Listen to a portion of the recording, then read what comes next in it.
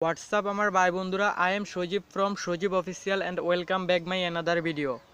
আজকের ভিডিওতে 2019 সালের ঢাকা বোর্ডের এইচএসসি পরীক্ষার্থীদের জন্য পদার্থবিজ্ঞানের এমসিকিউর সলিউশন নিয়ে আসলাম, যেটা 100% শিওর।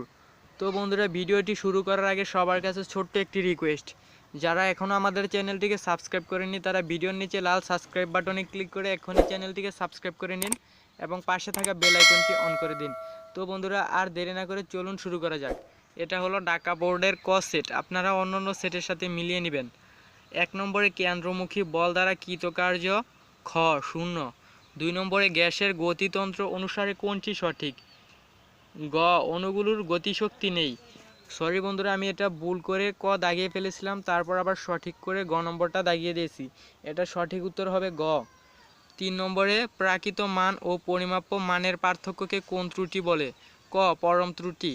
4 নম্বরে সঠিক উত্তর হবে গ 1.21 কিলোগ্রাম স্কোয়ার। 5 নম্বরে একটি বহুপদী প্রশ্ন এবং এটার উত্তর হবে ক 1। 6 নম্বর একটি চিত্র থেকে বহুপদী প্রশ্ন আসছে, এটার উত্তর হবে খ 1 ও 3। 7 নম্বরে মূল গড় বর্গবেগে সি এবং চাপ পি এর মধ্যে সম্পর্ক হলো ক। 8 নম্বরে প্রসারের গতিপথের সর্বোচ্চ উচ্চতায় গ। 9 নম্বরে সঠিক উত্তর হবে খ 0.2 সেক। 10 নম্বরে কৌণিক কম্পাক এর মাত্রা কোনটি? খ। 11 নম্বরে সঠিক উত্তর হবে গ।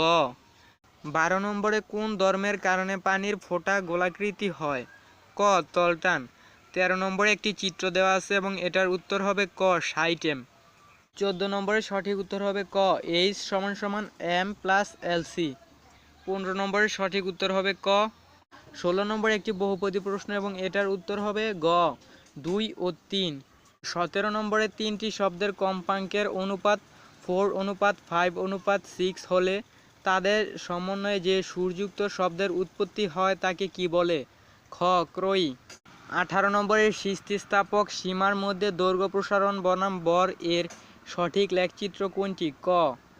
19 নম্বরের সঠিক উত্তর গ। 20 নম্বরের সঠিক উত্তর গ হ। 21 নম্বরের সঠিক উত্তর গ হ। 22 নম্বরের সঠিক উত্তর গ। 23 নম্বরে কোনটি জড়তার ভ্রমক সংক্রান্ত সমান্তরাল অক্ষ উপপাদ্য? গ হ। 24 নম্বরে কোন সেকেন্ডে দোলকের কার্যকারী দৈর্ঘ্য 1.96 গুণ করলে এর দোলনকাল কত হবে? গ 3.44 এস।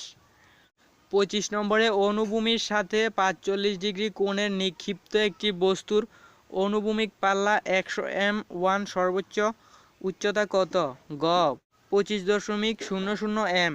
তো বন্ধুরা, এই ছিল আজকের সলিউশনটি। যদি সলিউশনটি ভালো লাগে তাহলে অবশ্যই একটি লাইক দিয়ে দিবেন এবং কোনো এমসিকিউর সলিউশন ভুল হলে অবশ্যই সেটা কমেন্টে জানাবেন। পরবর্তী ভিডিওগুলো মিস করতে না চাইলে চ্যানেলটিকে সাবস্ক্রাইব করে পাশে আসা বেল আইকনটি অন করে দিবেন।